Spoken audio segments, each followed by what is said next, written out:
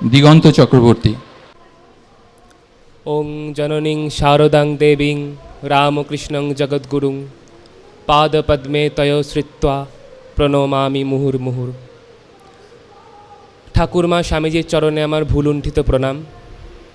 সাথে সাথে প্রণাম জানাই আজকের এই পুণ্যতিথিতে যে যোগীর জন্ম ঋষি অরবিন্দের চরণে, আর সামনে উপস্থিত মাতৃসম সকলকে, সাথে সাথে সকল গুরুজনকে আমার অন্তরের অন্তঃস্থলে শ্রদ্ধা প্রণাম। আজকে যে বিষয়ে বলার জন্যে আয়োজকরা আমাকে বলেছেন তা হচ্ছে ভারতবর্ষের স্বাধীনতা সংগ্রামে মায়েদের ভূমিকা। স্বামীজি বলেছিলেন ভারতবর্ষের অতীত ছিল বহু গৌরবের এবং ভবিষ্যৎ হবে আরও গৌরবের। তিনি এক জায়গায় বলছেন আমাদের পূর্বপুরুষরা ছিলেন মহাপুরুষ, আমাদেরকে আগে জানতে হবে আমাদের রক্তের উৎপত্তি কোথায়, আমাদের রক্ত কত গৌরবের। ঠিক তেমনই আজকের যে বর্তমান পরিস্থিতির মধ্যে দিয়ে আমরা যাচ্ছি, এই কলকাতা শহরে যে অতি জঘন্য একটি নারকীয় ঘটনার আমরা সামিল হয়েছি, সেক্ষেত্রে আমরা অনুভব করছি মাতৃজাগরণের কীরূপ প্রয়োজনীয়তা রয়েছে। তাই এই প্রয়োজনীয়তা যখন আমরা অনুভব করছি, তখন আমাদের আরও একবার ফিরে তাকানো প্রয়োজন আমাদের সেই মহীয়সী নারীদের দিকে, সেই মহীয়সী মায়েদের দিকে, যারা ভারতবর্ষের স্বাধীনতা সংগ্রামে কাঁধে কাঁধ মিলিয়ে আর পুরুষদের সাথে লড়াই করেছিলেন। এই বিষয়ে আসার আগে আমি একটু গোড়ার দিক থেকেই শুরু করব, যে ভারতবর্ষ কেন পরাধীন হলো।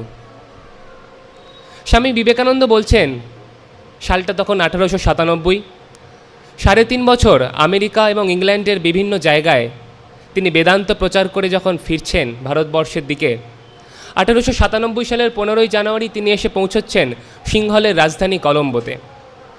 16ই জানুয়ারি তিনি বক্তৃতা দিচ্ছেন। তিনি বলছেন, যদি পৃথিবীতে এমন কোনো দেশ থাকে যাকে পুণ্যভূমি নামে অভিহিত করা যাইতে পারে, তা আমার মাতৃভূমি ভারতবর্ষ।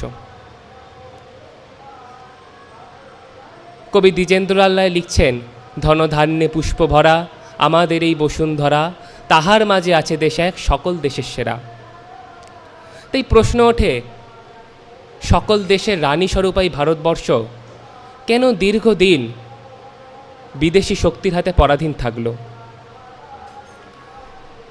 যদি স্বামীজির ব্যাখ্যা অনুযায়ী এই বিষয়টাকে বর্ণনা করি, তাহলে স্বামীজির স্বদেশ মন্ত্রকে একটু অধ্যয়ন করতে হবে, একটু সংক্ষেপে পড়ে নিতে হবে। স্বামীজি স্বদেশ মন্ত্রের মধ্যে দিয়ে বলছেন যে ভারতবর্ষের যে দীর্ঘদিনের পরাধীনতার কারণ, তার প্রধানত দুটি কারণ। তিনি বলছেন ভারতবর্ষের দুটো জাতীয় মহাপাপ রয়েছে, এক হচ্ছে গরিবকে পদদলিত করা, আর একটা হচ্ছে মাতৃজাতিকে অসম্মান করা। ঠিক তেমনই তিনি ভারতবাসীকে এই অবনতির থেকে পুনরুত্থানের উপায়ও কিন্তু বলে দিচ্ছেন। তার শুরুতেই তিনি বলছেন, হে ভারত, ভুলিও না তোমার নারী জাতির আদর্শ সীতা, সাবিত্রী, দময়ন্তী। এখানেও একটি প্রশ্ন, অনেকেই হয়তো মনে মনে ভাবেন যে সীতা, সাবিত্রী, দময়ন্তী এই তিনজনের কথাই কেন স্বামীজি বললেন?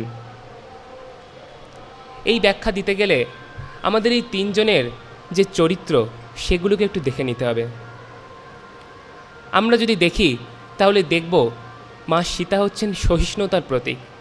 তার জীবন যদি আমরা পর্যালোচনা করি তাহলে দেখতে পাবো বহু বাধা বিপত্তির মধ্যেও তিনি সব কিছু সহ্য করে নিয়েছেন, তিনি সব কিছু মেনে নিয়েছেন, আর সেই রকম পরিস্থিতি অনুযায়ী এগিয়ে গেছেন। আমরা যদি সাবিত্রীর জীবন দেখি তাহলে দেখব মা সাবিত্রী তার সতীত্ব বলে তার স্বামীকে মৃত্যুর মুখ থেকে ফিরিয়ে এনেছেন। আবার যদি দময়ন্তীর জীবন দেখি তাহলে দেখব মাতা দময়ন্তী এতটাই তেজস্বিনী ছিলেন যে তার স্বয়ংবর সভায় উপস্থিত দেবতাদের তিনি আর উপেক্ষা করে একজন মানুষকে তার পতি হিসাবে গ্রহণ করেছিলেন। তাই স্বামীজি বলছেন ভারতবর্ষের এই দুর্দিন থেকে ভারতবর্ষ যে আবার আলোর দিকে ফিরে যাবে, সেক্ষেত্রে যে মায়েদের চরিত্রকে, যে মায়েদের আদর্শকে আমাদের সামনে রাখতে হবে তা হচ্ছেন সীতা, সাবিত্রী এবং দময়ন্তী। স্বামীজি আরও বলছেন এই তিনজনের আধুনিক সমন্বয় হচ্ছেন এই যুগের মা শারদা। স্বামীজি এক জায়গায় বলছেন ভারতবর্ষের জননী আদর্শ নারী। তার গুরুভ্রাতা বিজ্ঞানানন্দকে বলছেন, মাতৃশক্তি হচ্ছে সমস্ত শক্তির কেন্দ্রবিন্দু।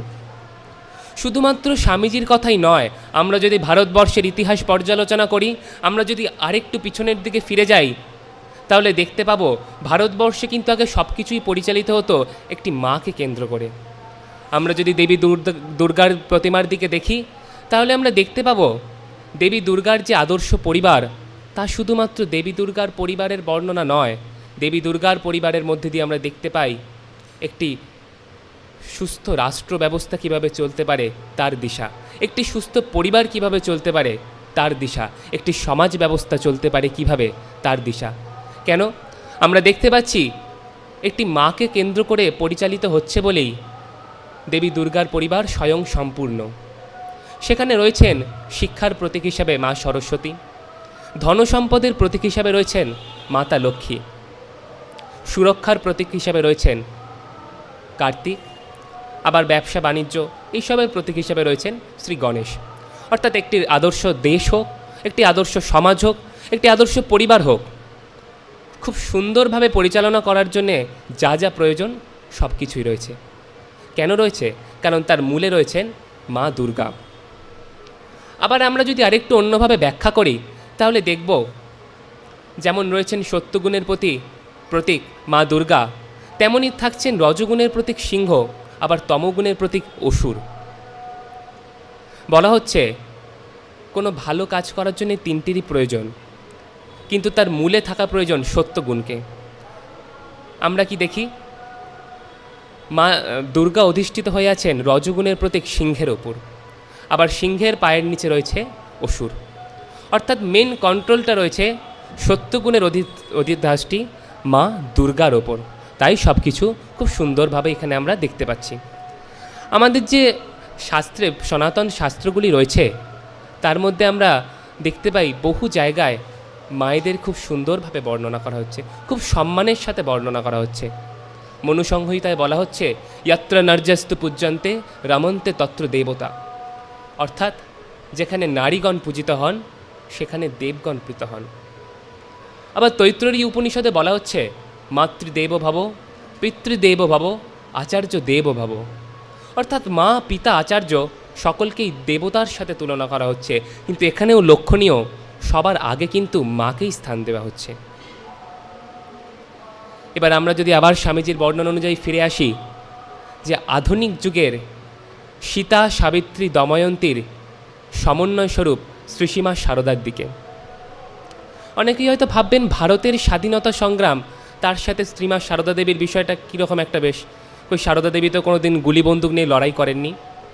হ্যাঁ, তিনি হয়তো গুলি বন্দুক নিয়ে লড়াই করেননি, কিন্তু যে সমস্ত মহীয়সী বিপ্লবীরা, যে সমস্ত মহীয়সী নারীরা নিজের জীবনকে বাজি রেখে ভারতবর্ষের স্বাধীনতা সংগ্রামে বলিদান করেছিলেন, তাদের প্রেরণা ছিলেন তিনি। তাই ভগিনী নিবেদিতা বলছেন, সকল জাতীয়তাবাদী তার চরণে আশ্রয় নিতেন। স্বামী শারদানন্দ কাউকে বাধা দিতেন না। সালটা তখন 1909। আমরা সবাই বিখ্যাত আলিপুর বোমা মামলার কথা শুনেছি।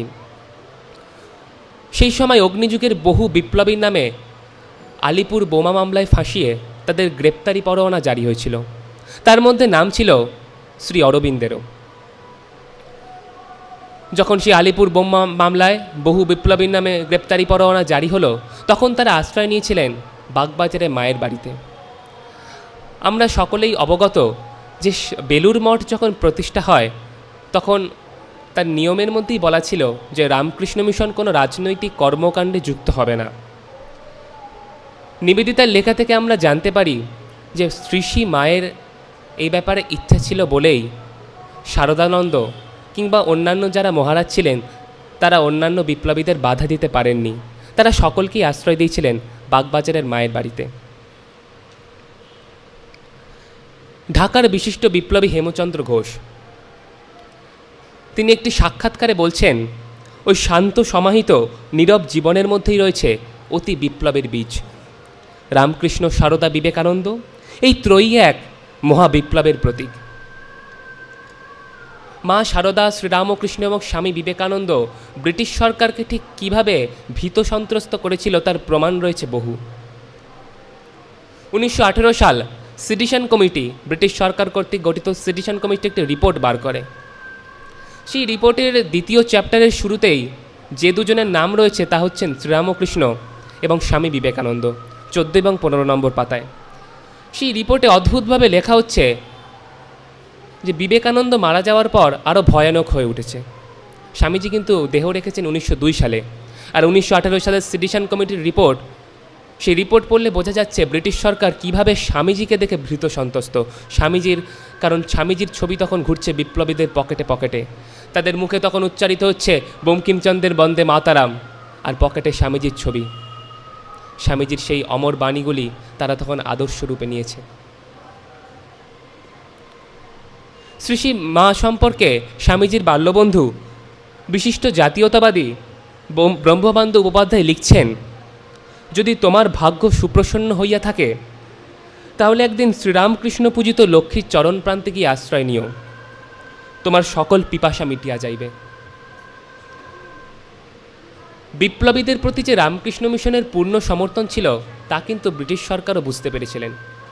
তাই 1916 সালে বাংলার তৎকালীন গভর্নর লর্ড কারমাইকেল প্রায় রেগে গিয়েই বলেছিলেন, বাংলার সন্ত্রাসবাদী তরুণ ও যুবকেরা রামকৃষ্ণ মিশনের মদতপুষ্ট। আমরা দেখতে পাই বিভিন্ন ক্ষেত্রে শ্রী রামকৃষ্ণ, শ্রীমা সারদা কীভাবে বিপ্লবীদের সহযোগিতা করেছিলেন, তার কয়েকটি উদাহরণ আমি দেব। আমরা জানি জয়রামবাটির কাছে কোয়ালপাড়া নামক একটি আশ্রম রয়েছে। সেই কোয়ালপাড়া আশ্রমে আর সেই এলাকার যারা বিশিষ্ট বিপ্লবী তরুণ যুবকেরা ছিল তাদেরকে শ্রীসীমা প্রাণ ভরে আশ্রয় দিতেন। তিনি তাদের এতটাই সম্মান করতেন যে তাদেরকে দেব শিশু বলে অভিহিত করতেন। শ্রী মা যেমন একদিকে ভারতবর্ষের স্বাধীনতা সংগ্রামে যুক্ত বিপ্লবীদের প্রেরণা দিয়েছিলেন, ঠিক তেমনই শ্রী মায়ের কথা উঠলে স্বামীজির কথা তো বলতেই হয়। ভারতবর্ষের স্বাধীনতা সংগ্রামে স্বামীজি কীভাবে বিপ্লবীদের প্রেরণা দিয়েছিলেন তার দু একটা কথা জাস্ট উল্লেখ করব। সালটা তখন 1896, লন্ডনের কথা। শারদানন্দ স্বামীর সাথে স্বামীজির কথাবার্তা চলছে। 1885 সাল কংগ্রেস তৈরি হয়েছে। একদিন স্বামীজি রেগে গিয়ে বলছেন, কংগ্রেস কি হাউড়ের মতো চিৎকার করছে, এরকম মিউ মিউ করে স্বাধীনতা আসে না, স্বাধীনতাকে ছিনিয়ে নিতে হয়। কিছুক্ষণ পর তিনি বলছেন, গোলাগুলি চললে চলুক, প্রথম বুলেটটা এসে লাগুক আমার বুকে। আমেরিকায় এমন কোনো জায়গা নেই যেখানে 30-40 হাজারের কম আমার ভক্ত রয়েছে। বুলেটটা যদি স্বামী বিবেকানন্দের বুকে এসে লাগে তাহলে ব্রিটিশ সরকার বুঝে যাবে বিবেকানন্দ কি জিনিস। ঠিক একই কথা তিনি বলছেন 1901 সালে হেমচন্দ্র ঘোষ যখন তার কাছে এসেছিলেন।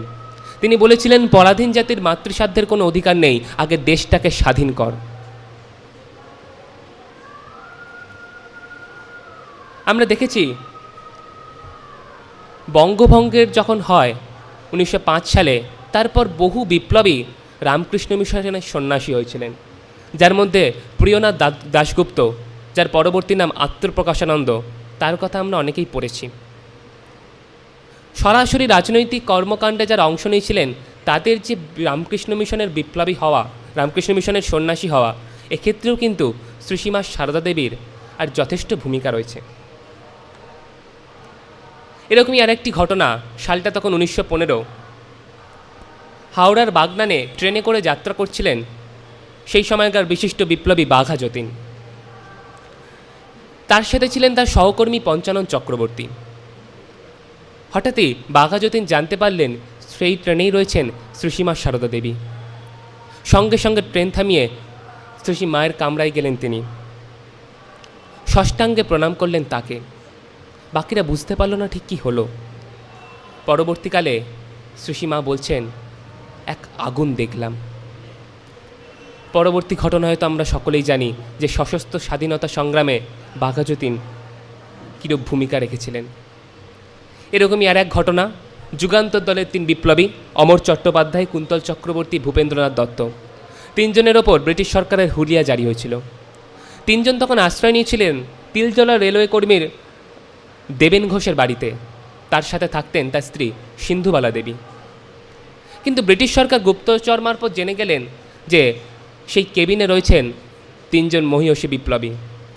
তারা ঘিরে ফেললেন সেই বাড়িটি। কিন্তু বিপ্লবীরাও সেই খবর জেনে যাওয়ায় সেই 3 জন বিপ্লবীকে আগেভাগেই পাঠিয়ে দিলেন নিরাপদ স্থানে। সাথে সাথে সিন্ধুবালা দেবীকেও পাঠিয়ে দেওয়া হলো তার বাপের বাড়ি বাঁকুড়াতে। পুলিশ কী করবে? বাধ্য হয়ে শুধুমাত্র দেবেন ঘোষকে গ্রেপ্তার করলেন। কিন্তু ব্রিটিশ পুলিশ জানতে পেরেছিলেন যে দেবেন ঘোষের যেই সাহসী কাজকর্ম তাতে কিন্তু তার স্ত্রী সিন্ধুবালা দেবীরও সমান মদত রয়েছে। খবর দেওয়া হলো বাঁকুড়া জেলা পুলিশকে। বাঁকুড়া জেলা পুলিশ অনেক খুঁজে সন্ধান পেলেন সিন্ধুবালা দেবীর। কিন্তু তারা পড়লেন আর এক বিপদে। তারা গ্রামে গিয়ে দেখলেন যে সিন্ধুবালা দেবী নামে 2 জন রয়েছেন, কিন্তু কেউই প্রকাশ করলেন না কোনজন দেবেন ঘোষের স্ত্রী সিন্ধুবালা দেবী। ব্রিটিশ পুলিশ রেগে গিয়ে গ্রেপ্তার করলেন 2 জনকেই এবং 2 জনকে হাঁটিয়ে হাঁটিয়ে নিয়ে গেলেন বাঁকুড়ার জেলা থানায়। 2 জনের মধ্যে একজন ছিলেন অন্তঃসত্ত্বা। খবরটি গিয়ে পৌঁছালো শ্রীসীমা সারদা দেবীর কানে। মা অত্যন্ত ক্ষিপ্ত হয়ে উঠলেন। তিনি বললেন, এটা যদি ব্রিটিশ সরকারের আদেশ হয়ে থাকে তাহলে আর বেশি দিন নয়। কিছুক্ষণের মধ্যেই জানা গেল যে ব্রিটিশ সরকার সেই 2 জনকে মুক্ত করেছে। তখন মা বলেছিলেন, যাকগে, এই খবরটা না পেলে শান্তিতে ঘুমাতে পারতুম না। স্বামীজি যখন মাকে বলছেন যিনি আমাদের এই যুগের সর্বাধুনিক নারী, এই বিষয়ে যারা অনেকের মধ্যেই সংশয় আসতে পারে, কিন্তু আমরা যদি লক্ষ্য করে দেখি তাহলে স্বামীজির যে সমস্ত বিদেশিনী শিষ্যারা ভারতবর্ষে এসেছিলেন, ভগিনী নিবেদিতা শুরু করে সকলেই কিন্তু প্রথমে আশ্রয় নিয়েছিলেন সারদা দেবীর কাছে। তার সান্নিধ্য প্রথমে লাভ করেছিলেন। এতক্ষণ আমি সারদা দেবীর কথা বললাম, এবারে একটু আসি ভগিনী নিবেদিতার বিষয়ে। আমরা জানি ভগিনী নিবেদিতার জন্মগতভাবে ভারতীয় নন, কিন্তু ভারতবর্ষের স্বাধীনতা সংগ্রাম থেকে আরম্ভ করে নারী শিক্ষা তথা সমাজ সংস্কার সব কিছুতে ভগিনী নিবেদিতার যে অবদান, তাকে যদি আমরা শুধুমাত্র জন্মগত পরিচয় দিয়ে বিচার করি তাহলে এক মহাপাপ হবে। বিশিষ্ট স্বামীজি গবেষক শঙ্করী প্রসাদ বসু বলছেন, 1902 সালের আগস্ট মাস থেকে 1905 সালের জুলাই মাস, এই সময়টাকে তিনি বলছেন নিবেদিতা যুগ। স্বামীজি বুঝেছিলেন ভারতবর্ষের যে স্বাধীনতা প্রয়োজন তা শুধুমাত্র রাজনৈতিক স্বাধীনতা নয়, ভারতবাসীর মনের মধ্যে যে হীনমন্যতা তৈরি হয়েছে, যে দাসসুলভ দুর্বলতা তৈরি হয়েছে, তাকে দূর করতে হবে। তাই তিনি বুঝেছিলেন ভারতবর্ষকে আধ্যাত্মিকতার প্লাবনে প্লাবিত করতে হবে। আর সেই গুরুদায়িত্ব গিয়ে পৌঁছেছিল ভগিনী নিবেদিতার কাছে। 1902 সালের 4 জুলাই দেহ রাখছেন স্বামী বিবেকানন্দ এবং তারপর থেকে টানা 3 বছর 1902 আগস্ট থেকে 1905 জুলাই সারা ভারতবর্ষ জুড়ে নিবেদিতা যে বক্তৃতাগুলো দিয়েছিলেন তা উজ্জীবিত করেছিল বহু বিপ্লবীকে। সেই 3 বছর তাই শঙ্করী প্রসাদ বসু বলতে দ্বিধাবোধ করেননি যে এটা নিবেদিতা যুগ। কবিগুরু রবীন্দ্রনাথ নিবেদিতাকে অভিহিত করছেন লোকমাতা হিসাবে। আবার নিবেদিতার ভারতবর্ষের প্রতি যে অবদান তা স্বীকার করে নিয়ে ব্রিটিশ সরকার নিবেদিতার জন্মের সার্ধশতবর্ষ উপলক্ষে 2017 সালে লন্ডনের উইলিমজনে যে বাড়িতে তিনি থাকতেন সেখানে একটি নীল রঙের ফলকে লিখে দিয়েছিলেন, educationist and campaigner for Indian independence Nivedita lived here. আবার আমরা যদি ডক্টর নিমাই সাধন বসুর বই পড়ি তাহলে দেখব তিনি বলছেন শ্রী শ্রী অরবিন্দ অনুপ্রাণিত হয়েছিলেন নিবেদিতার দ্বারা। অরবিন্দের যে ভবানী মন্দির প্রতিষ্ঠা করেছিলেন তার প্রেরণা হিসাবে নিমাই সাধন বসু উল্লেখ করছেন নিবেদিতার সেই বিখ্যাত গ্রন্থ কালিদা মাদারের কথা। ভারতবর্ষের স্বাধীনতা আন্দোলন, ভারতবর্ষের নারী জাতিকে যে অবনতি হয়েছিল তার থেকে পুনরুত্থানের জন্য নিবেদিতার ভূমিকা অসীম। নিবেদিতা যখন ভারতবর্ষে এসেছিলেন তিনি অধ্যয়ন করেছিলেন ভারতবর্ষের ইতিহাস। তিনি দেখেছিলেন ভারতবর্ষের সব কিছু রয়েছে, কিন্তু তা সত্ত্বেও এই ভারতীয়রা দীর্ঘদিন পরাধীনতাকে যেন মাথা পেতে নিয়েছে। নিবেদিতা দেখলেন ঠিক স্বামীজি যেমন বলেছিলেন যে ভারতবাসীর জাতীয় মহাপাপ নারী জাতিকে অবহেলা করা, নিবেদিতাও দেখেছিলেন যে ভারতবাসীরা মাতৃজাতিকে পদদলিত করছে। তিনি বুঝেছিলেন শুধুমাত্র মিটিং মিছিল আন্দোলন নয়, প্রথমে নারী শিক্ষা প্রয়োজন। তাই তিনি শুরু করলেন স্কুল, মহিলাদের জন্য স্কুল। একজন বিদেশি মহিলা হয়ে ভারতবর্ষে এসে ভারতের নারীদের জন্য তিনি যে কাজ করেছিলেন, তা যদি আমরা সেই সময়ের পরিপ্রেক্ষিতে বিচার করি, তা কিন্তু সেই সময়ের যে সমাজ ব্যবস্থা আর তার পরিপ্রেক্ষিতে কিন্তু বেশ কঠিন। আমরা দেখেছি নিবেদিতা সবসময় একটা সমন্বয় রেখে চলছেন। একদিকে যেমন কংগ্রেসের চরমপন্থী নেতারা, তারাও নিবেদিতার খুব স্নেহভাজন ছিলেন, তেমনি নরমপন্থী যারা নেতা ছিলেন তারাও কিন্তু নিবেদিতার স্নেহভাজন ছিলেন। নিবেদিতা বুঝেছিলেন স্বাধীনতার জন্যে যারা যেভাবে কাজ করছেন, কেউ দেশীয় প্রযুক্তি নিয়ে কাজ করছেন, কেউ সশস্ত্র স্বাধীনতা সংগ্রামে কাজ করছেন, কেউ স্বদেশী ভাবধারা প্রচার করছেন লেখালেখির মাধ্যমে। তিনি বুঝেছিলেন তাদের একটা সমন্বয় প্রয়োজন। তাই নিজের গৃহে তিনি শুরু করেছিলেন এক আলোচনা সভা। ভারতীয় বিজ্ঞানকে কীভাবে উন্নতির চরম শিখরে আবারও পৌঁছানো যায়, সেই উদ্দেশ্যে নিবেদিতা চালু করেছিলেন আর প্রেরণা দিয়েছিলেন জগদীশচন্দ্র বসুকেও। আমরা দেখেছি একটি বিজ্ঞান ইনস্টিটিউট হয়েও জগদীশচন্দ্র বসু তার বিজ্ঞান যে ইনস্টিটিউটের নাম রেখেছিলেন বসু বিজ্ঞান মন্দির।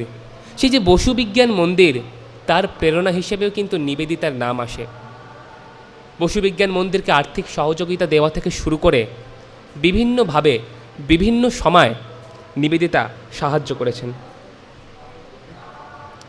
কাজী নজরুল ইসলাম লিখছেন, কোনো কালে একা হয়নি কো জয়ী পুরুষের তরবারি, প্রেরণা দিয়েছে শক্তি দিয়েছে বিজয় লক্ষ্মী নারী।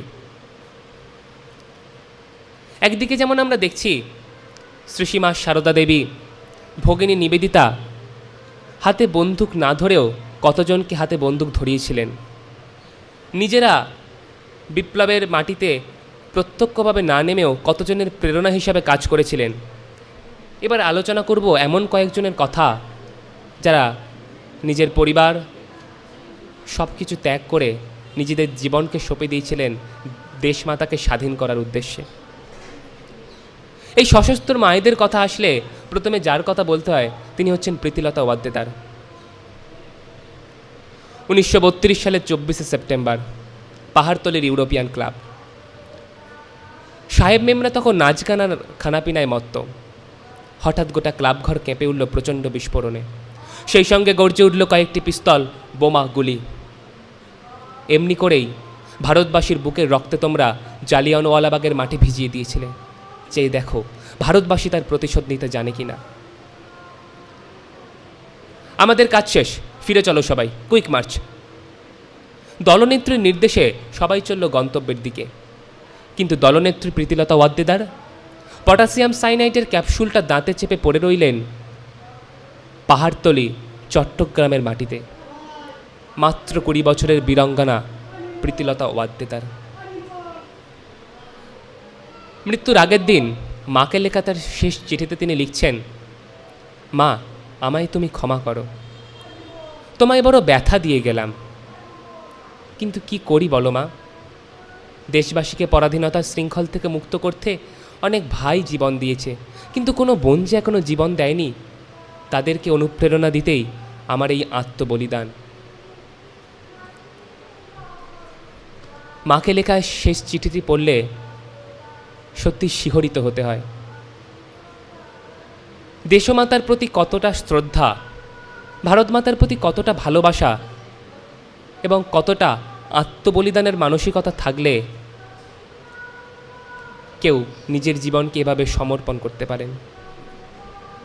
প্রীতিলতা সেদিন শুধুমাত্র নিজের জীবনকে সমর্পণ করেননি, প্রেরণা দিয়েছিলেন সেই সমস্ত মহিলা স্বাধীনতা সংগ্রামীদের যারা পরবর্তীকালে বিভিন্ন সময় দেশের জন্য জীবন পাত করেছিলেন। কাজী নজরুল এক জায়গায় লিখছেন, কোন রণে কতক্ষণ দিল নর লেখা আছে ইতিহাসে, কত নারী দিল সিথির সিঁদুর লেখা নেই তার পাশে। কথাটাতে ধ্রুব সত্য তা আমরা বুঝতে পারি যখন আজ থেকে স্বাধীনতার 78 বছর পরেও আমরা যখন মহিলা বিপ্লবীদের প্রসঙ্গ আসে তখন ওই হাতে গোনা 10-12 জনের বেশি তাদের নামই আমরা স্মরণ করতে পারি না। যদিও দোষটা আমাদের নয়। স্বাধীনতার পরবর্তীকালে যে ইতিহাস আমাদের পড়ানো হয়, সেখানে বারবার পড়ানো হয়েছে যেন একজন দুজন ব্যক্তি বা একটি দলের কারণেই ভারতবর্ষ স্বাধীনতা পেয়েছে। কিন্তু এর পিছনে যে কত মানুষের আত্মবলিদান রয়েছে, কত মা বোনের যে সর্বস্ব ত্যাগ রয়েছে, শুধুমাত্র প্রত্যক্ষভাবে নিজের জীবন বলিদান নয়, কারুর স্বামী মারা গেছেন, কারুর পিতা মারা গেছেন, কারুর ভাই মারা গেছেন, তাদের যে নিঃস্বার্থ আত্মবলিদান তা কোথাও লেখা হয়নি। এরকমই দু একজন গৃহিণীর কথা উল্লেখ করব। একদম খুব সাধারণ মানুষ হয়েও ভারত মাতার প্রতি যাদের শ্রদ্ধা ছিল অগাধ, যারা অত্যন্ত সাহসের সাথে দেশমাতাকে পরাধীনতার শৃঙ্খল থেকে মুক্ত করার এই যজ্ঞে সাহসের সঙ্গে এগিয়ে এসেছিলেন। সেরকমই আর একজন হচ্ছেন দুকুরিবালা দেবী। তিনি ছিলেন বীরভূমের বাসিন্দা এবং নিবারণ ঘটকের মাসিমা। তিনি নিবারণ ঘটককে খুব সামনে থেকে দেখেছিলেন কিভাবে তিনি স্থানীয় ছেলেদেরকে জমায়েত করে ভারতবর্ষের স্বাধীনতা সংগ্রামের জন্য আন্দোলন করছিলেন। তিনি একসময় নিবারণ ঘটককে বললেন, তোমরা যদি দেশের জন্য প্রাণ দিতে পারো, তোমাদের মেয়েরাও পারে। নিবারণ ঘটক প্রথমে আপত্তি করলেন, কিন্তু দেখলেন মাসিমার মধ্যে যে আগুন ছুটছে তাকে দমানো সম্ভব নয়। সালটা 1914, আগস্ট মাস 26 তারিখ। রডা কোম্পানির পিস্তল চুরি করলেন বিপ্লবীরা। কিন্তু সেই পিস্তল রাখা হবে কার কাছে? বিপ্লবীদের কারুর কাছে রাখলে তা যে কয়েকদিনের মধ্যেই ব্রিটিশ গুপ্তচরের কাছে খবর চলে যাবে, সে ব্যাপারে তারা খুবই অবগত ছিলেন। তাই ঠিক হলো মাসিমা দুকরিবালা দেবী এই গুরুদায়িত্ব নেবেন। পিস্তল রাখা হলো মাসিমা দুকরিবালা দেবীর কাছে। প্রায় 2 বছর তিনি অত্যন্ত দায়িত্বের সাথে এই পিস্তলগুলি আর সযত্নে রেখেছিলেন। কিন্তু খবর ঠিক সেই চলে গেল ব্রিটিশ সরকারের কাছে। 1917 সাল জানুয়ারি মাস, 7ই জানুয়ারি তার বাড়ি ঘিরে ফেললেন অত্যাচারী ব্রিটিশ সরকারের পুলিশরা। অকথ্য অত্যাচার চলল দুকুরিবালা দেবীর ওপর, অসহনীয় অত্যাচার। কারাগারে বন্দী হলেন দুকুরিবালা। কিন্তু সেই পিস্তলগুলি তিনি কার কাছ থেকে পেয়েছিলেন একবারও মুখ ফুটে বললেন না। আর একজনের কথা বলবো, যার নাম হচ্ছেন ননিবালা দেবী। বিপ্লবী অমরেন্দ্রনাথ চট্টোপাধ্যায়ের কথা আমি আগেই উল্লেখ করলাম। ননিবালা দেবী ছিলেন তার পিসিমা। ননিবালা দেবী 1917 সালে জেলে বন্দী থাকাকালীন অনশন শুরু করেছিলেন। কিন্তু তিনি কেন জেলে বন্দী হলেন এই ঘটনাটাও উল্লেখ করা প্রয়োজন। 1915 সালে সারদা দেবীর শিষ্য রামচন্দ্র মজুমদারকে গ্রেপ্তার করে ব্রিটিশ সরকার। এক্ষেত্রে বলে রাখা দরকার, ননিবালা দেবী অত্যন্ত অল্প বয়সে 14-15 বছর বয়সেই বিধবা হয়েছিলেন। এবং সেই সময় স্বাধীনতার সেই 30-32 বছর আগে মহিলাদের জন্য যে কী কঠোর নিয়ম ছিল, বিশেষ করে বিধবাদের জন্য, তা আমরা কম বেশি সকলেই জানি। সেই 1915 সালে যখন রামচন্দ্র মজুমদারকে গ্রেপ্তার করা হয়, তখন তার কাছে বেশ কয়েকটি পিস্তল এবং গোলাবারুদের সন্ধান ছিল। কিন্তু তার কাছ থেকে এই সন্ধানটি কে আনবেন, সেই নিয়ে যখন বিপ্লবীরা দুশ্চিন্তাগ্রস্ত, তখন সেই গুরুদায়িত্ব নিলেন ননিবালা দেবী। একজন বিধবা হয়েও তিনি প্রায় 20 বারের বেশিরও রামচন্দ্র মজুমদারের সাথে দেখা করেছিলেন এবং শেষবার তিনি ধরা পড়েন তার কাছে, গ্রেপ্তার হন তিনি। গ্রেপ্তারের পর 1-1.5 বছর জেলে থাকার পর যখন তিনি অনশন শুরু করলেন, ব্রিটিশ সরকার যখন তার অনশন কোনোভাবেই ভাঙাতে পারছে না, তখন তাকে জিজ্ঞাসা করা হলো কি করলে তিনি অনশন ভঙ্গ করবেন। তিনি বললেন, আমাকে বাগবাজারে শ্রী শ্রী রামকৃষ্ণ পরমহংসের স্ত্রীর কাছে রেখে এসো, তাহলেই আমি অন্ন গ্রহণ করব। অর্থাৎ এক্ষেত্রেও আমরা দেখতে পাচ্ছি শ্রীসীমা সারদা দেবীর সাথে একদম বাড়ির একজন সাধারণ নারী, যিনি অত্যন্ত সাহসের সাথে নিজেকে স্বাধীনতা যজ্ঞে নিবেদন করেছিলেন, তার এক যোগসূত্র। এরকম বহু মায়েদের কথা রয়েছে যাদের কথা আমরা খুব কম জানতে পারি। বিপ্লবী রামপ্রসাদ বিসমিলের কথা আমরা অনেকেই শুনেছি, বিখ্যাত কাকুরি রেল দুর্ঘটনার কথা। কিন্তু তার মা মলমতি তার প্রথম সন্তান যখন ব্রিটিশদের গুলিতে মারা গেলেন, তখন তিনি নিজে রামপ্রসাদ বিসমিলকে যুক্ত করেছিলেন বিপ্লবী সংগঠনে। একজন মা কিন্তু কি কঠোর হৃদয়, কি দৃঢ় প্রতিজ্ঞা দেশবাসীকে পরাধীনতার শৃঙ্খল থেকে মুক্ত করতে হবে। তেমনি রানী রাসমণি কিংবা সরলা দেবী চৌধুরানী। আমরা যদি রাসমণির ঘটনার কথা উল্লেখ করি তাহলে দেখব, ব্রিটিশ সরকার যখন হুগলি নদীর ওপর জলকর বসিয়েছিল, জেলেরা যখন মাছ ধরতে পারছিলেন না, তাদের ব্যবসা বাণিজ্যে ক্ষতি হচ্ছিল, তিনি পুরো অংশটা ইজারা নিয়ে নিয়েছিলেন। এবং তিনি এমনই কৌশল করেন যে ব্রিটিশদের যে পণ্যবাহী জাহাজ, সেই জাহাজ চলাচল বন্ধ হয়ে যায় এবং বাধ্য হয়ে ব্রিটিশ সরকার ভারতীয়দের আবারও সেই হুগলি নদীর অংশ ব্যবহারের অনুমতি দেয়। আবার যদি সরলা দেবী চৌধুরানীর কথা আমরা দেখি তাহলে দেখব, তার যে ভারতী পত্রিকা, দীর্ঘকাল একজন মহিলা হয়ে সেই সময় তিনি তা সম্পাদনা করেছেন। আমরা স্বামীজির চিঠিপত্র পড়লেও স্বামীজির সাথে তার কথোপকথনের উল্লেখ পাই।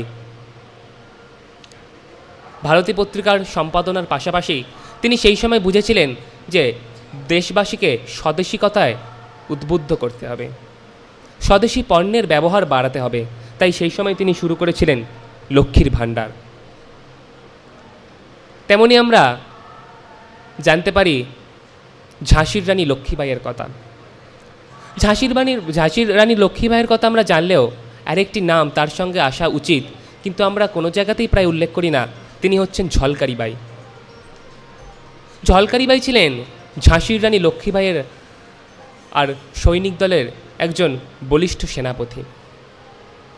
অত্যন্ত ছোট বয়স থেকেই তিনি সাহসের সাথে সেই সেনাবাহিনীতে কর্মরত ছিলেন। ঝলকারি বাইয়ের স্বামী যখন তার চোখের সামনে ব্রিটিশদের হাতে মারা যান, তারপরেও কিন্তু তিনি ভেঙে পড়েননি। একজন মহিলা হয়েও তিনি প্রতিশোধ নিয়েছিলেন যারা দেশমাতাকে দীর্ঘদিন পরাধীন রেখেছেন, যারা তার স্বামীকে হত্যা করেছেন। আমরা উল্লেখ পাই কল্পনা দত্তের কথা, যিনি পাহাড়তলের ইউরোপিয়ান ক্লাবে প্রীতিলতার সাথে সঙ্গ দিয়েছিলেন।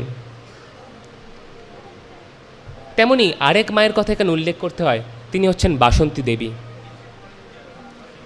যাকে নেতাজি সুভাষচন্দ্র বসুও মা বলে অভিহিত করতেন। আমরা নেতাজির চিঠিপত্রগুলি পড়লে দেখতে পাবো যে প্রত্যেকটা চিঠিতেই তিনি কিন্তু বাসন্তী দেবীকে মা বলেই সম্বোধন করতেন। তাই প্রভাবতী দেবী, তিনি তাকে বলেছিলেন যে আমি হয়তো তার জন্মদাত্রী মাতা, কিন্তু তুমিই তার আসল মা। আমরা দেখতে পাই চিত্তরঞ্জন দাস সেই সময় কিভাবে প্রায় নিঃশুল্কভাবে যে সমস্ত স্বাধীনতা সংগ্রামীদের ওপর আর ব্রিটিশ সরকার কেস কাচারি এইসবগুলো করতো, তা নিঃশুল্কভাবে কী করে তিনি লড়াই করতেন।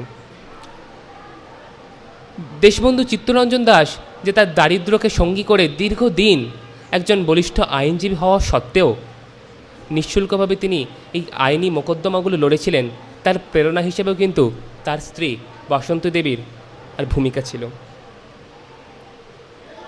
আরও দুজন মেয়ের কথা, আরও দুজন বোনের কথা এখানে উল্লেখ করতে হয়, যার নাম হচ্ছে শান্তি ঘোষ এবং সুনীতি চৌধুরী। 1930 সাল আইন অমান্য আন্দোলনে সারা ভারতবর্ষ জুড়ে আলোড়ন সৃষ্টি হয়েছে। আইন অমান্য আন্দোলনের রেশ গিয়ে পৌঁছেছিল ভারতবর্ষের প্রতিটি কোনায় কোনায়। শান্তি ঘোষ, সুনীতি চৌধুরী মাত্র 14-15 বছরের দুজন মেয়ে, যারা তখনও 18 বছর বয়স অতিক্রান্ত করেনি। সেই 14-15 বছর বয়সেই ঠিক করে নিয়েছিলেন ব্রিটিশ সরকারকে এদেশ থেকে হাঁটাতে হবে। 1931 ডিসেম্বর তারা পৌঁছে গিয়েছিলেন সেই সময়ের অত্যাচারী শাসক স্টিভেনের অফিসে। স্কুলের একটি অনুষ্ঠানে নিমন্ত্রণ করার নাম করে তারা পৌঁছলেন স্টিভেনের কাছে। তার হাতে তুলে দিলেন নিমন্ত্রণপত্র, সাথে সাথে গুলি চালালেন দুজনে, হত্যা হলেন স্টিভেন। ভারতবর্ষের স্বাধীনতা সংগ্রামীরা, ভারতবর্ষের মায়েরা কতটা বীরাঙ্গনা ছিলেন, কতটা সাহসী ছিলেন, তা কিন্তু স্বীকার করেছেন পরবর্তীকালে ব্রিটিশরাও। ঝাঁসির রানী লক্ষ্মীবাইয়ের মুখোমুখি যিনি লড়াই করেছিলেন, সিস্টার হিউজ রোস, সেই সময়কার যিনি ব্রিটিশ অফিসার, তিনি লিখছেন, Rani Lakshmibai was remarkable for her beauty, cleverness and perseverance. She had been the most dangerous of all rebel leaders. সবশেষে বলবো, আমরা দেখতে পাচ্ছি বিপ্লবের জন্য প্রয়োজন হয় শক্তি, বিপ্লবের জন্য প্রয়োজন হয় মাতৃশক্তির। এই মাতৃশক্তিকে পুনরুত্থানের ফলেই ভারতবর্ষ পেয়েছিল স্বাধীনতা। এই মাতৃজাতিকে পূজিত করেই, মায়েদেরকে পুনরুত্থানের পরেই ভারতবর্ষ 1947 সালের আজকের দিনে স্বাধীনতা তার যে স্বপ্ন পূরণ করেছিল। কিন্তু এই মাতৃ সাধনার জন্য যে দুটি জিনিসের সবথেকে বেশি প্রয়োজন তা হচ্ছে নিষ্ঠা এবং শরণাগতি। আর এই শরণাগতির পথে সবথেকে বাধা হচ্ছে অহংকার, নিজেদের মধ্যে যে অহংবোধ। ঠাকুরমা তাই বলছেন, সব কিছু সহ্য করে নিতে পারি কিন্তু অহংবোধ সহ্য করতে পারি না। আর একই চিন্তাধারা প্রতিধ্বনিত হচ্ছে কবিগুরুর লেখনীতে। তিনি লিখছেন, আমার মাথা নত করে দাও হে তোমার চরণ ধুলার তলে। এই শরণাগতি এলেই শরণাগতি দূর হলেই মানুষের মধ্যে জাগ্রত হয় মনুষ্যত্ব বোধ, দূর হয় দুর্বলতা। যেই দুর্বলতা দূর করতে চেয়েছিলেন স্বামীজি, যে হীনমন্যতা দূর করে স্বামীজি চেয়েছিলেন ভারতবর্ষের যে হৃদয়টা পরাধীন হয়ে রয়েছে, ভারতবাসীর মধ্যে যে দাসসুলভ দুর্বলতা আর অন্তরে মধ্যে ডুবে রয়েছে, সেটা থেকে মুক্ত করতে। তাই সব শেষে বলবো, আমাদের কাছে পাথেয় হোক স্বামীজির স্বদেশ মন্ত্রের সেই শেষ লাইনগুলি, হে গৌরীনাথ, হে জগদম্বে, আমায় মনুষ্যত্ব দাও। মা, আমার দুর্বলতা কাপুরুষতা দূর করো, আমায় মানুষ করো। নমস্কার। দিগন্তকে আমাদের আন্তরিক ভালোবাসা এবং শ্রদ্ধা।